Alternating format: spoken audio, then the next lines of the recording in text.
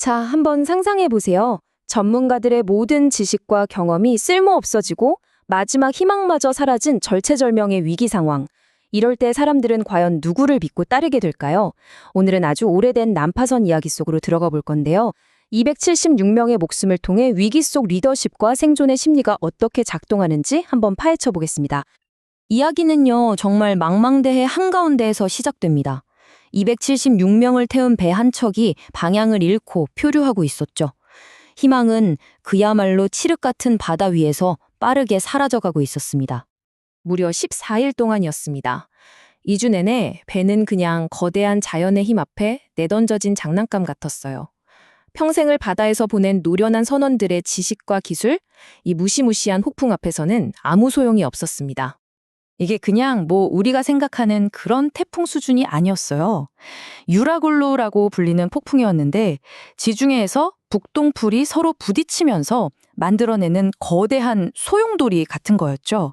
얼마나 강력했냐면 14일 동안 해와 별, 그 무엇도 볼 수가 없었다고 합니다.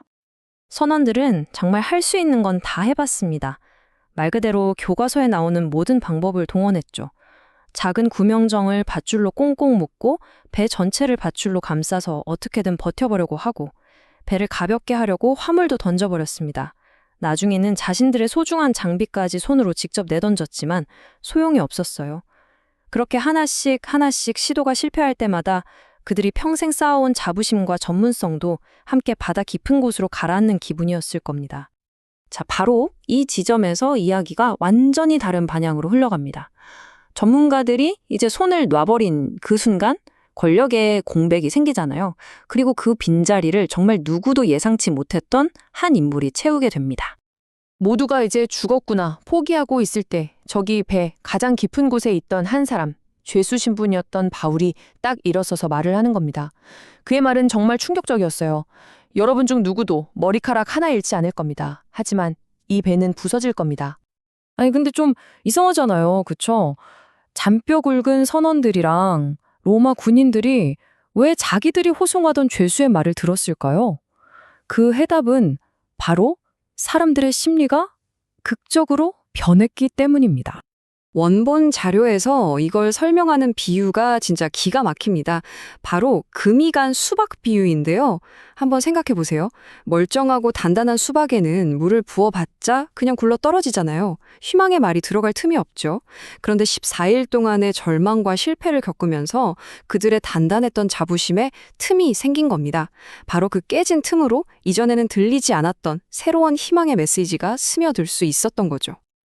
자, 그럼 이 새로운 리더, 바울이 뭘 했을까요? 그의 첫 번째 지시는 정말 상상을 초월합니다. 완전히 비상식적인 행동이었거든요. 여러분, 지금 배가 부서지고 있고 파도가 덮치고 난리도 아닌 상황이에요. 그야말로 아수라장이죠. 근데 이 죄수가 뭘 시켰는지 아세요? 자, 다들 밥 먹읍시다. 라고 한 겁니다. 죽음을 코앞에 둔 이 상황에서 빵을 구워서 식사를 하자니 이건 거의 광기에 가까운 엄청난 믿음의 행동이었습니다. 그리고 진짜 놀라운 건 거기 있던 276명 모두가 그 말을 따랐다는 겁니다. 사람들은 정말로 빵을 굽고 감사 기도를 하고 배불리 먹었어요. 이 식사는 그냥 배를 채우는 게 아니었습니다. 이건 하나의 의식이었어요. 그 혼돈 속에서 질서를 되찾는 행위였고 우리는 아직 죽지 않았다는 걸 서로에게 확인시켜주는 공동의 선언이었습니다. 함께 빵을 나누면서 그들은 앞으로 닥칠 일을 함께 견뎌내자는 무언의 약속을 한 셈이죠. 그렇게 몸과 마음의 힘을 얻고 나서 그들은 이제 정말 마지막 단계를 밟습니다. 이 배가 존재하는 이유, 그 자체를 버리는 궁극적인 포기의 행위를 하게 됩니다. 이 배가 그냥 여객선이 아니었어요. 로마로 밀을 실어 나르는 아주 중요한 곡물 운반선이었단 말이죠. 그러니까 이 밀은 배의 심장이자 항해의 목적 그 자체였습니다. 그래서 다른 건 다 버려도 이것만큼은 마지막까지 지키려고 했던 거죠. 핵심이 바로 여기에 있습니다. 정말 역설적이지 않나요? 목숨을 구하기 위해서는 그들이 가장 소중하게 여겼던 것, 이 항해의 목적이었던 밀을 전부 바다에 던져야만 했습니다.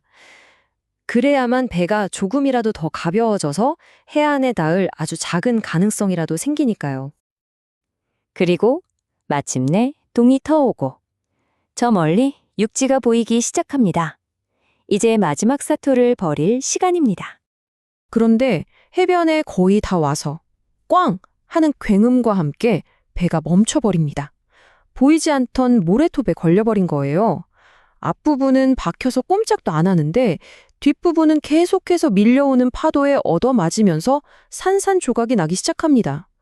그야말로 최악의 위기 상황이 벌어진 거죠. 자, 이걸로 바울의 예언 그 첫 번째 부분이 정확하게 이루어졌습니다. 배는 결국 구하지 못했습니다. 완전히 파괴되고 말았죠. 하지만 잠시 후 예언의 두 번째 부분이 기적처럼 실현됩니다. 276명 전원 생존, 단 한 명의 희생자도 없었습니다. 원본 자료를 보면 이 부분이 참 흥미로운데요. 이게 그냥 운이 좋았던 게 아니라는 뉘앙스예요. 배가 부서진 위치가 날카로운 바위가 아니라 부드러운 모래톱이었다는 점. 마침 바람이 육지 쪽으로 불어서 사람들을 해안으로 밀어줬다는 점. 심지어 군인들이 혼란 속에서 죄수들을 죽이려 했는데 백부장이 바울을 살리고 싶어서 그 명령을 막았다는 사실까지. 모든 조각이 오직 전원 생존이라는 단 하나의 결과를 위해 완벽하게 맞춰진 퍼즐 같았다는 거죠. 이 이야기는 결국 우리 자신에게 이런 날카로운 질문을 던지는 것 같습니다. 만약 여러분의 인생이라는 배가 난파되고 있다면 여러분이 끝까지 손에서 놓지 못할 그 밀은 과연 무엇일까요? 결국 이 이야기가 우리에게 주는 교훈은 아주 명확합니다. 때로는 우리가 그토록 지키려고 애썼던 모든 것을 잃고 나서야 비로소 진짜 구원을 얻게 된다는 것. 모든 것을 내려놓는 것이 때로는 모든 것을 붙잡을 수 있는 유일한 길일 수 있다는 겁니다.